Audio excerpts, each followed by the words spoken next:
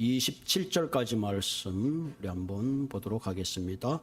고린도전서 9장 19절에서 우리 마지막 절까지 우리 함께 교독하시도록 하겠습니다.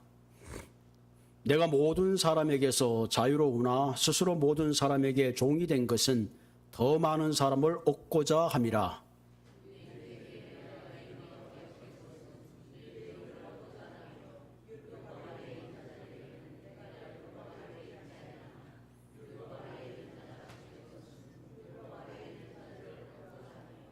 율법이 없는 자에게는 내가 하나님께는 율법 없는 자가 아니요 도리어 그리스도의 율법 아래 있는 자이나 율법 없는 자와 같이 된 것은 율법 없는 자들을 얻고자 함이라.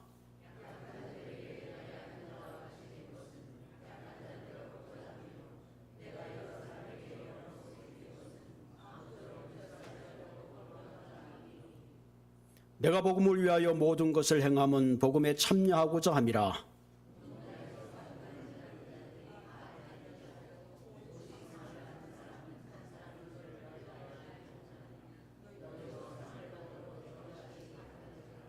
이기기를 다투는 자마다 모든 일에 절제하나니 그들은 썩을 승리자의 관을 얻고자 하되 우리는 썩지 않을 것을 얻고자 하노라.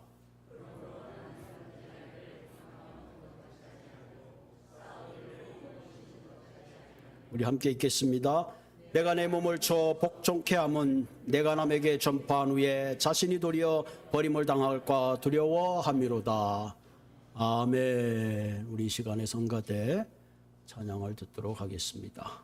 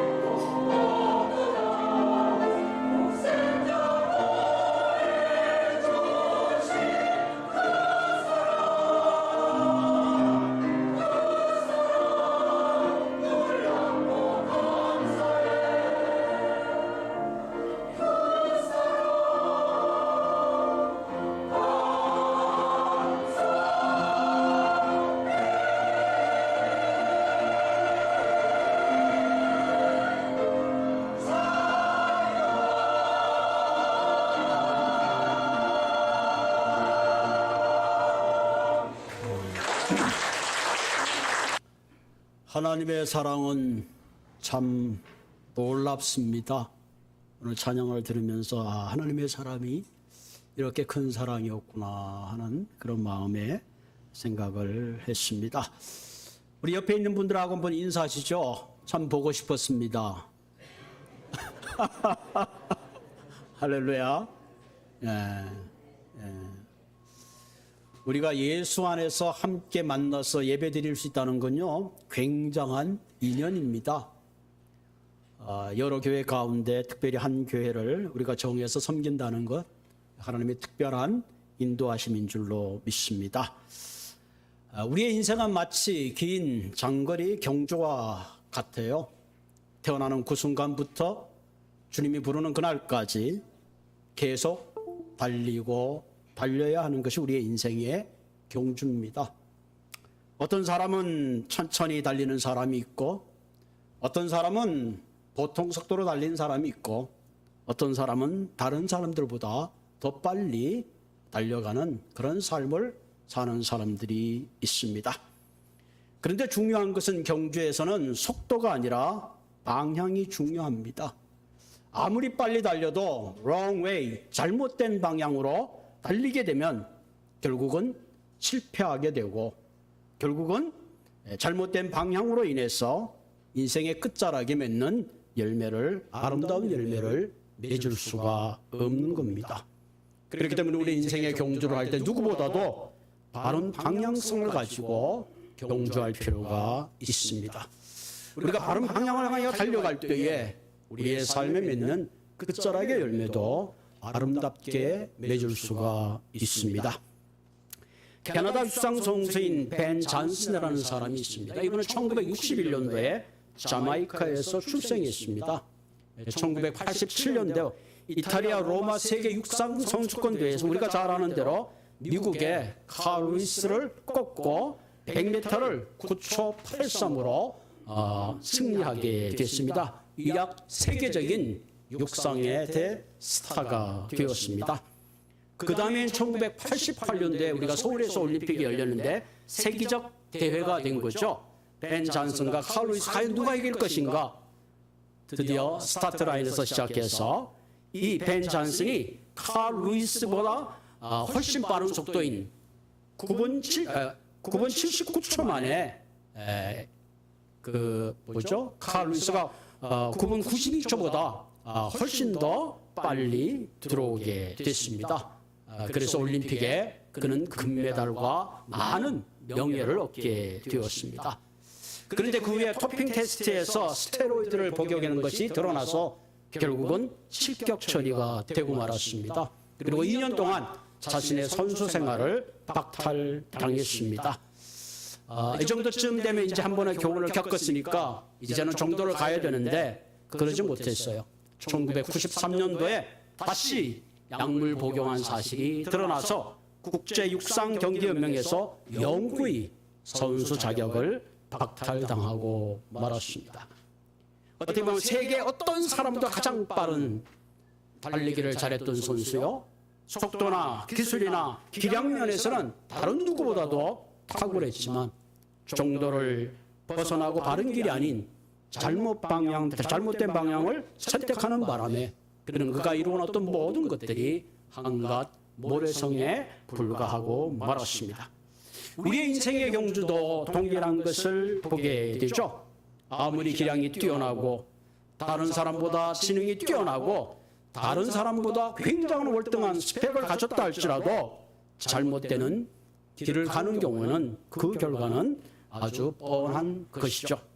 그렇기 때문에 우리는 한 번뿐인 우리의 인생을 바른 방향을 향하여, 바른 길을 향하여 반드시 달려갈 필요가 있는 것입니다. 오늘 본문은 우리가 어떤 경주를 해야 하는지, 그리고 우리가 어떤 경주를 해서 달려갈 때에 하나님께 영광이 되는지 바른 경주에 대한 것들을 우리에게 교훈해 주고 있습니다. 본문을 24절을 한번 좀 올려주시면, 24절을 보면 운동장에서 다림질하는 자들이 다 달릴지라도 오직 상 받는 사람은 한 사람인 줄 너희가 알지 못하느냐. 너희도 상을 받도록 이와 같이 다름질하라. 많은 사람들이 인생의 경주를 하고 있지만 중요한 것은 그 경주에 상을 받는 사람은 한 사람이니까 너희도 상을 받는 그런 경주를 하라 하는 거죠. 여기 운동장이라면 헬라어로 스타디오란 말인데 이 말에서 나온 게 스타디움이죠. 그 당시 스타디오는 200m의 거리의 단위입니다. 그래서 그 당시에는 200m 거리에 많은 스타디움들이 있었습니다. 그래서 고대 그리스에는 4개의 중요한 게임이 있었습니다. 하나가 고린도 지역에서 또 열리고 여러 다른 지역에서 열렸던 4개의 중요한 경기가 있었는데 매년 2년마다 열렸던 이스미안 경기라는 게 있습니다. 이것은 포세이돈, 바다의 신인 포세이돈을 기념하기 위한 그런 경기가 열렸습니다. 그 다음에 올림피안 게임이 있었는데 이걸 우리가 잘 아는 대로 제우스 신을 기리기 위해서 이 올림피안 경기가 치러졌습니다. 그리고 피티안 경기라 그랬는데 이것은 바로 아폴로 신을 기리기 위해서 경기가 치러졌고요. 또 네미안 경기가 있는데 이거는 헤라클레스를 기리면서 이 게임들이 열렸다고 합니다.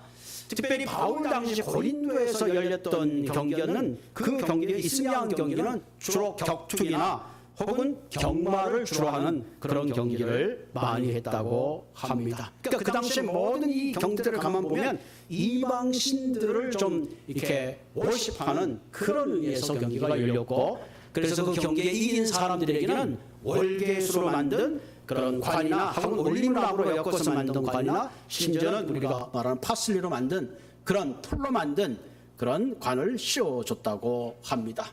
아무리 근사한 꽃으로 만든 면류관이라고 하지만 뭐 요즘같이 더운 날씨에는 뭐 하루도 견디지 못하겠죠. 얼마 지나지 않아 곧 시들고 마는 거죠. 본문 25절에 보면 이기기를 다투는 자마다 모든 일에 절제하나니 그들은 썩을 승리자의 면류관을 얻고자 하되 우리는 썩지 않을 것을 얻고자 한다. 여기서 그들은 우리는 그렇게 나와 있죠. 한마디로 운동장에서 다름질을 하는 데는 두 종류의 경기자가 있다 하는 거죠. 어떤 이들은 썩을 면류관을 위해서 달려가는 경기자가 있고 또 한 경기자는 썩지 아니할 경기자. 여기서 우리는 어떤 우리일까요? 그리스도의 자녀로 부름받은 우리는 그것을 포함하고 있겠죠. 세상에 썩을 면류관은 잠시 명예가 있고 잠시 많은 사람들의 환호와 박수는 있지만 곧 잊어버리고 그 면류관은 곧 시들어버리고 맙니다. 그러나 썩지 않는 면류관은 세상의 면류관인 하나님이 준비하신 영원한 면류관을 의미하는 거죠. 그런 의미에서 저와 여러분 우리 인생의 경제는 항상 이 두 가지의 면류관이 준비되어 있습니다. 오늘 이 시간 저와 여러분들은 우리 한 분밖에 없는 우리 인생, 과연 내가 무엇을 얻기 위해서 달려갈 것인가 하는 것을 우리가 생각해 볼 필요가 있습니다. 당연히 우리는 천국의 시민권자요 하나님의 자녀이기 때문에 세상에 썩은 그런 면류관이 아니라 하나님이 준비하신 영원한 생명의 면류관을 향하여 달려갈 필요가 있다는 것은 더 이상 물을 필요가 없는 거죠. 우리는 그러기 위해서는 남다른 각오와 결심을 가지고 경주에 임해야 합니다.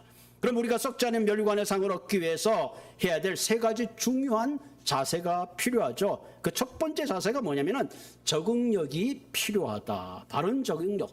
바울은 누구보다 자신에게 주어진 상황을 잘 파악하고 적응했습니다. 본문 19절에 올라가 보시면 19절에 올라가 주세요. 내가 모든 사람에게 자유로우나 스스로 모든 사람에게 종이 된 것은 더 많은 사람을 얻고자 함이라. 실제로 바울은 자유인이었습니다. 그런 자유인이지만 자기가 주장할 수 있는 권리와 모든 것들을 내려놓았습니다. 오히려 주인이 되기 위해서는 스스로 종이 되기를 자처했습니다. 그 이유가 뭐냐? 한마디로 더 많은 사람을 얻고자 함이라. 바울은 내가 종이 되는 것보다 더 중요한 게 있는데 그것은 한 생명이라도 그리스도 안에 구원을 얻고자 함이라. 여기서 바울의 경기에 무엇이 가장 중요한 가치가 있는 것을 보게 되는 거죠. 바울에게 중요한 것은 자신이 종이 된 위치로 내려가는 것보다 더 중요한 것이 있었는데 한 생명이라도 그리스도 안에 돌아오게 하는 복음의 메인바 되는 그런 가치를 가지고 그것을 우선순위로 두고 살았던 것이 바로 바울인 것을 보게 되죠.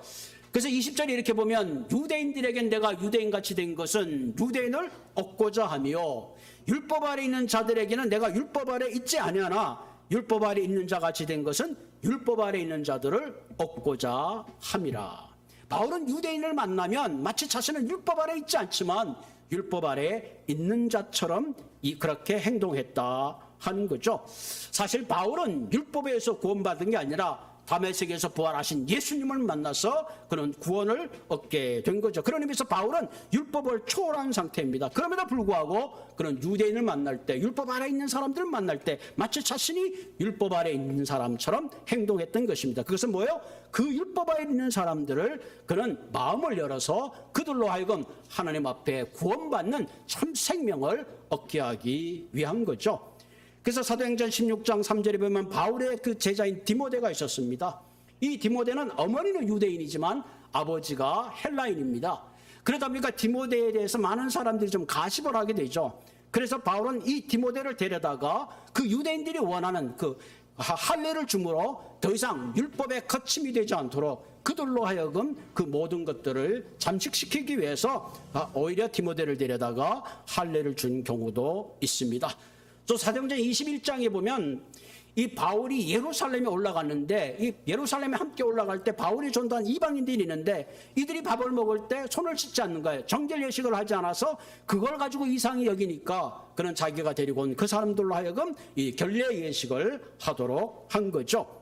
바울의 입장에서는 할례를 받는 것과 결례 의식을 지내는 것은 한갓 거칠애에 불과했지만 그러나 율법 아래 있는 그 사람들을 복음 안에 마음을 열고 그들을 구원하기 위해서 그는 자신의 모든 것들을 양보하고 상황에 맞춰서 대처하는 그런 지혜로움을 우리가 보게 되죠.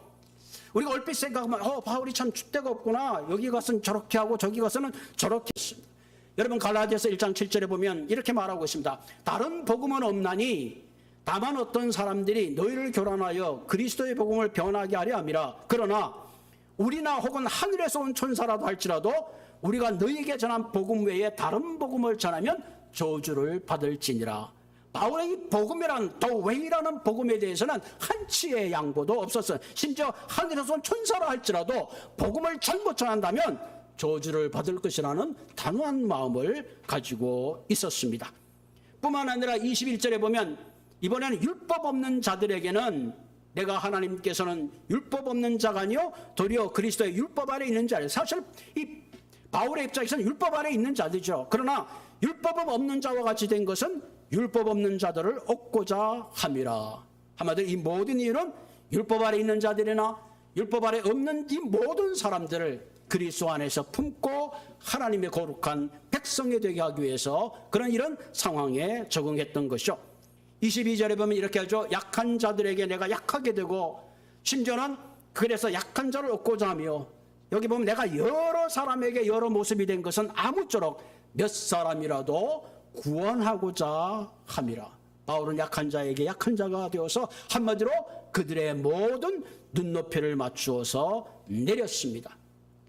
이 대목에서 가만히 생각하면 우리가 사람을 대할 때 우리는 첫 사람을 만나면은 그 사람의 눈높이에 맞추는 게 아니라 먼저 좀 경계부터 하죠. 때로는 선입견을 갖고 때로는 어떤 그 장벽을 치려고 합니다. 이번 우리가 크리스찬일 때 남크리스찬을 만나게 될 때 뭔가 좀 우리는 선별된 의식 그런 잘못된 방법으로 대할 수가 있는 거죠.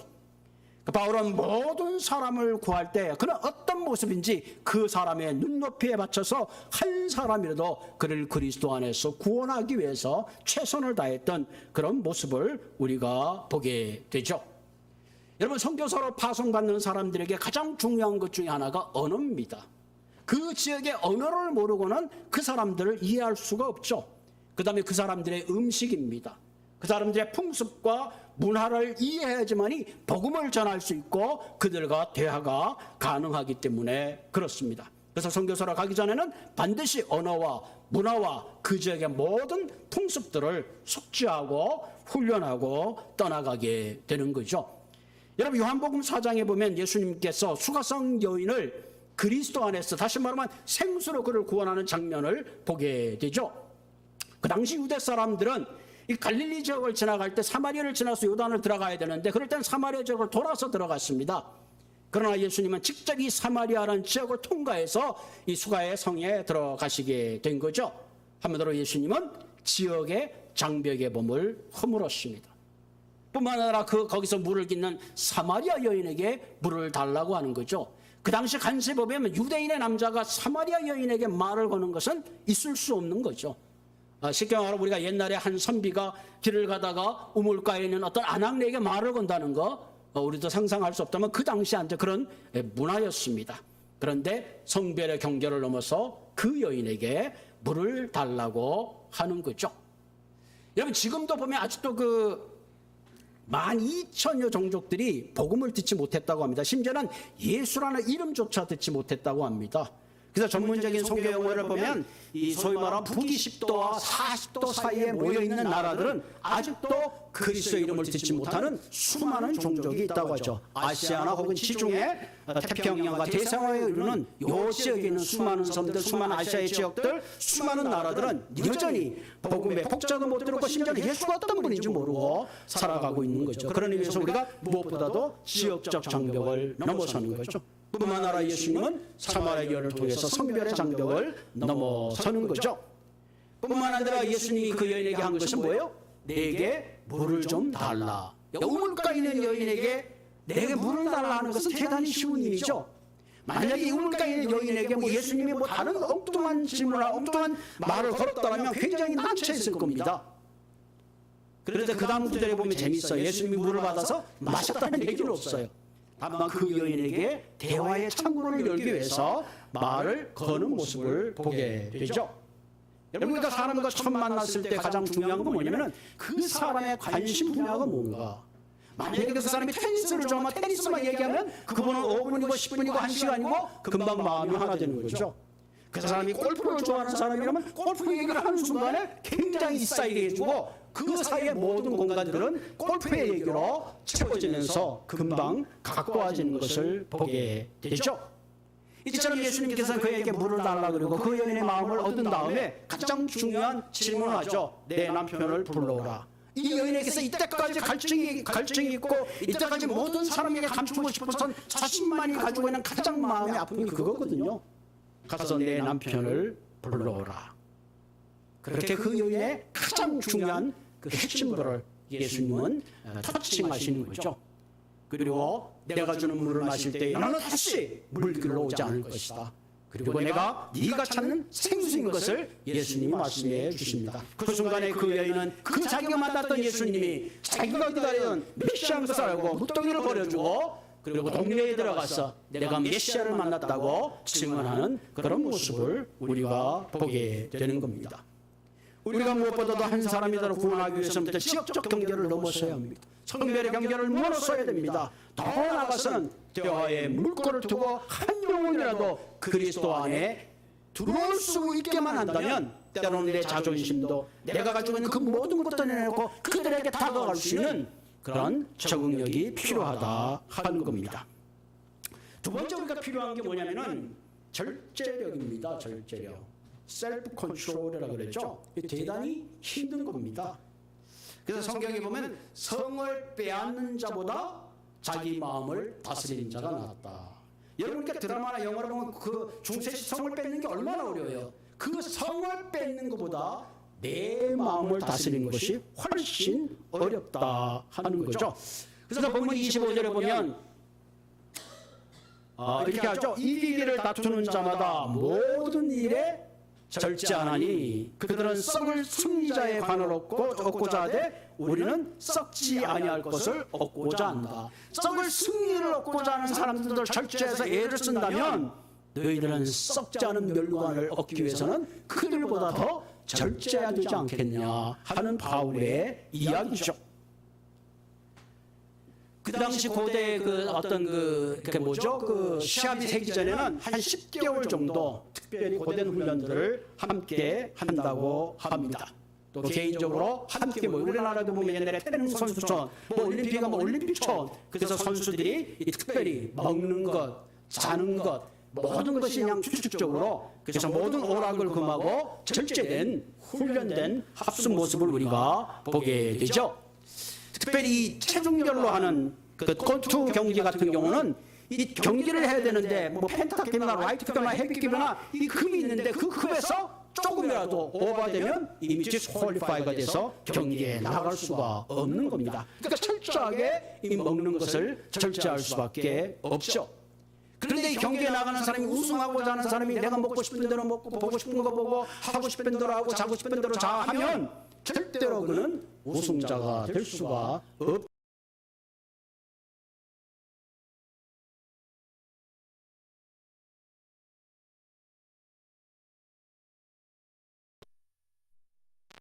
하나님의 영광을 드러낼 수 없고 세상의 빛과 소금의 삶을 살 수가 없고 오히려 복음의 장애가 되고 때로는 하나님의 영광을 가리는 그런 삶으로 전락하게 되는 겁니다. 그러므로 우리에게는 자신을 통제하고 절제할 때에 우리는 바른 방향을 위해서 달려가게 되고 궁극적으로는 저와 여러분들은 하나님의 영광을 위한 그런 삶을 살아가게 되는 거죠. 본문 27절에 보면 내가 내 몸을 쳐 복종케 하면 내가 남에게 전파한 후에 자신이 도리어 버림을 당할까 두려워함이로다. 참으로 도전적이고 두려운 말이 아닐 수가 없습니다.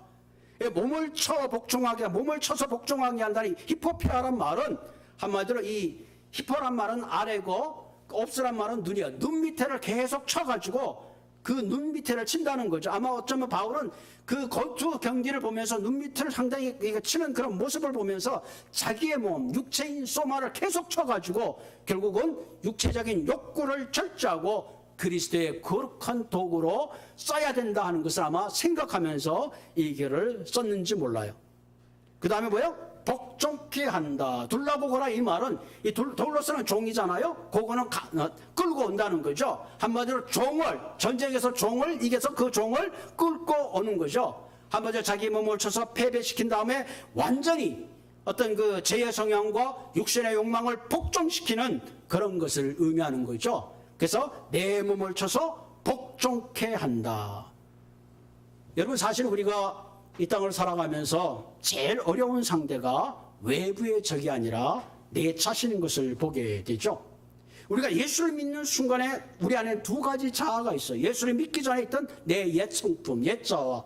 그 다음에 예수를 믿고 난 다음에 생기는 새로운 자아죠. 그래서 그런 중 누구든지 그리스도 안에 있으면 새로운 피조물이라 이전 것은 지나갔으니 보라 새 것이 되었는데, 보라 새 것이 되었는데 여전히 이전 것이 그대로 남아 있는 거죠. 그렇기 때문에 우리의 옛 자아를 쳐서 복종시키지 않고는 결코 우리는 썩지 않은 멸류관의 상을 향하여 달려갈 수 없다는 것을 우리가 알아야 합니다. 그래서 27절 하반절에 뭐라 그랬어요?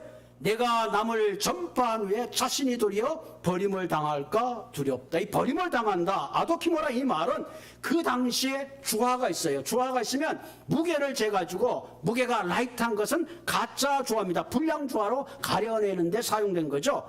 그러니까 내가 복음을 전파한 후에 한마디로 불량 주화가 되어서 버림받을까 두렵다 하는 거죠. 우리가 예수를 믿으면서 내 나름대로 최선을 다하고 섬기고 희생하고 애를 썼는데 마지막 궁극적인 하나님 앞에서 내가 체중 감량이 부족한 것처럼 부하의 불량 주화처럼 한마디로 스탠다드 되진 그런 주화가 되지 못한다면 그거야말로 얼마나 안타까우냐. 바울이 지금 그렇게 이야기하고 있습니다. 여러분 마태복음 7장 21절 23절에 보면 우리에게 가장 도전적이고 경계적인 말씀을 하는 게 있죠. 나더러 주여 주여 하는 자마다 천국에 다 들어갈 것이 아니요 다만 하늘에 계신 내 아버지의 뜻대로 행하는 자라야 들어가리라. 그 나이 많은 사람이 나더러 이르되 주여 주여 우리가 주의 이름으로 선지자로 노릇을 하며 쉽지 않죠. 주의 이름으로 귀신을 쫓아내면 능력입니다. 주의 이름으로 많은 권능을 행하지 않았습니까? 그때 내가 저희에게 밝히 말하되 내가 너희를 도무지 알지 못하니 불법을 행하는 자들아 내게서 떠나가라 하리라. 정말 우리가 가슴 깊게 한번 다시 생각해 봐야 합니다. 선지자 노릇을 하고 귀신을 쫓아가고 병자를 냈지만은 엄청난 권능을 가졌지만 그러나 하나님 봤을 때는 결국은 제대로 된 것이 없었던 거죠. 그러면서 오늘 바울은 다시 한번 우리에게 이야기하고 있습니다. 내가 남을 전파한 후에 자신이 도리어 버림을 당할까 두려워하라. 저는 이 말씀을 묵상하면서, 저는 목사이기 때문에 보니까 설교를 하잖아요. 어떤 분은 제 설교로 인생이 변화하고 인격이 변화하고 하나님의 한 걸음 더 가는데, 반대로 제 자신이 말만 하고 그 자리에 머물러 서 있고 많은 사람들에게 복음을 전했지만 내 자신이 복음 앞에 상을 향하여 면류관을 달려가지 못한다면 그것처럼 부끄럽고 그것처럼 비참한 일이 어디 있겠느냐 하는 거죠. 그렇기 때문에 내가 열심히 복음 사역했는데 내가 나를 절제하지 못해서 상의 실격자가 되어서는 안 된다 하는 거죠. 그렇기 때문에 우리는 우리의 마음을 잘 다스리고 절제해야 됩니다. 화가 나면 화를 품지 말고, 마음이 상하면 상한 분노의 마음을 다스릴 수 있어야 합니다. 세상의 욕망이나 세상의 자랑이 찾아오면 그것을 쳐서 복종시킬 수 있어야 합니다. 그런데 이것이 쉬운가요? 결코 우리의 결심과 내 의지만으로는 절대로 이길 수가 없습니다. 여러분, 자연의 특징은 진공을 채운다고 하죠. 병인인데 병의 뚜껑을 여는 순간에 이미 산소가 그 진공을 채우고 마는 것입니다. 그렇기 때문에 우리의 마음속에 성령으로 채워지지 않으면 우리는 세상 것으로 채워질 수밖에 없습니다. 그렇기 때문에 우리는 늘 하나님 앞에 우리의 마음을 들여서 하나님의 거룩한 성령이 내 마음을 주장하고 인도하실 수 있도록 채워야 하는 겁니다. 그래서 이 절제라는 성품은 내 안에 있는 성품이 아니라 성령의 열매죠. 그래서 갈라디아 2장 20절에 보면 성령의 열매가 많이 나오잖아요. 사랑과 희락과 화평과 충성과 자비와 온유와 뭐 여러 가지가 있는데 그 가운데 맨 마지막에 나오는 게 뭐예요? 절제이니라. 내 마음이 그리스도 안에 들여주고 그리스도의 성품이 나를 다스릴 때에 우리는 비로소 내 자신을 성령에서 컨트롤할 수 있다 하는 거죠. 때로는 원망의 마음이 찾아오고 미움이 찾아오고 분노가 찾아올 때에 우리는 성령의 능력을 구하고 성령의 다스림 가운데 온전히 우리 자신을 맡길 수 있어야 합니다. 그럴 때 우리는 주님 앞에 서는 그날 썩지 않은 멸관인 주님이 준비하신 영원한 생명의 멸관을 얻게 된다는 사실입니다. 세 번째로 우리가 주님 앞에 상 받는 한 사람이 되기 위해서는 바른 방향성이 필요하죠. 오늘 본문에는 바울이 두 가지 예를 해서 설명하고 있습니다. 26절에 보면, 자, 그러므로 나는 하기를 향방 없는 것 같지 아니하고 싸우기를 허공을 치는 것 같지 아니한다. 이 대단히 중요하잖아요. 달리는 선수가 결승점을 향하여 달려가는데 엉뚱한 대로 아무리 빨리 달려가봐야 디스퀄리파이, 실적자가 될 수밖에 없어요. 한번 우리 친구 목사하고 골프를 쳤는데 너무 잘 맞았대. 그러냐고. 저 깃발이 아니야. 목사님 저 깃발이 아니고 이 깃발이에요. 엉뚱한 깃발을 해봐야 뭐 잘 맞으면 무슨 소용이 있어요? 아무 소용이 없어요. 방향성이 얼마나 중요한지 몰라요. 여러분, 권투하는 사람이 잽을 날리는데 허공을 저번에 백날 날려봐야 점수도 못 받고 결국은 KO파를 당할 수밖에 없는 거죠. 바울은 이 두 가지의 경우를 제시하면서 우리가 상을 얻기 위해서 반드시 방향성과 목표를 가지고 전력 투구할 것을 부탁하고 있습니다. 바울은 자신이 부르는 부름의 상을 향하여 달려갔습니다. 바울의 목적과 방향은 확실했습니다. 그래서 베드로전서 5장 4절에 보면 바울이 이런 얘기죠. 그러면 목자장이 그리스도께서 다시 오실 때에, 그죠? 우리의 목자장인 주님이 다시 오실 때에 시들지 않는 영광의 면류관을 받게 될 것이니, 이것을 바라보면서 바울은 심고 애쓰고 애를 썼던 것입니다. 때로 우리가 복음을 위해서 섬기고 희생하고 수고한 모든 것들을 하나님이 기억하시죠. 천사장이신 그분이 다시 오실 때에 그분이 준비한 썩지 않는 상을 우리에게 주실 것입니다. 그럼 오늘 이 아침에 우리는 이 말씀을 생각하면서 더 이상 이때에 썩을 면류가 아닌 세상의 부귀나 영화나 그런 것을 따라가는 그런 삶이 아니라 썩지 않은 영원한 그 상을 얻는 그 한 사람이 되기 위해서 저와 여러분들 자신을 절제하는 그런 삶이 되기를 바랍니다. 본문 24절에 보면 운동장에서 다름질하는 자들이 다 달릴지라도 오직 상 받는 한 사람인 줄 너희가 알지 못하느냐. 너희도 상을 받도록 이와 같이 다름질하라. 이 땅을 살아가는 우리에게는 우리의 시선을 끄는 많은 상의 깃발들이 있습니다. 그러나 우리는 오직 바라봐야 될 것은 나를 위해서 하늘에서 준비하시고 나를 부르신 시대하지 않는 면류관을 사모하면서 주님 앞에 서는 그날 상을 얻는 경주가 되시기를 주님의 이름으로 부탁을 드립니다. 같이 기도하겠습니다. 오 하나님, 우리가 이 땅을 살아가면서 때로는 천천히, 때로는 보통, 때로는 전력 질주하면서 살아갈 때가 많이 있습니다. 그러나 하나님, 한 번밖에 없는 우리의 삶을 살 때에 진정 우리를 부르신 부름의 상을 향하여 분명한 목적과 방향의식을 가지고 살아가는 저희들 될 수 있도록 주님 인도하여 주시옵소서. 실로 음식이 아는 것을 위해서 은을 달아주는 헛된 수고가 되지 않도록 도우시고, 썩어져가는 면류관을 향하여 내 삶을 드리는 어리석은 삶이 아니라 위에서 부르신 부르심의 상을 향하여 달려가는 그 상을 얻기 위해서 내 자신을 철저함으로 주님 앞에 드려지는 저희들 되게 하여 주시옵소서. 오 하나님, 내 마음을 다스려 주옵소서. 세상을 향하여 달려간 우리의 발걸음을 멈추게 하시고 영광을 향해 달려간 우리의 마음을 성령께서 만지시고 다스려 주시옵소서. 목자장이신 주님 만나는 그 앞에 정말로 주님이 예비하신 온전한 상을 받는 승리자들이 다 되게 하여 주시옵소서. 예수님의 이름으로 감사하며 기도드리옵나이다. 아멘. 찬송가 338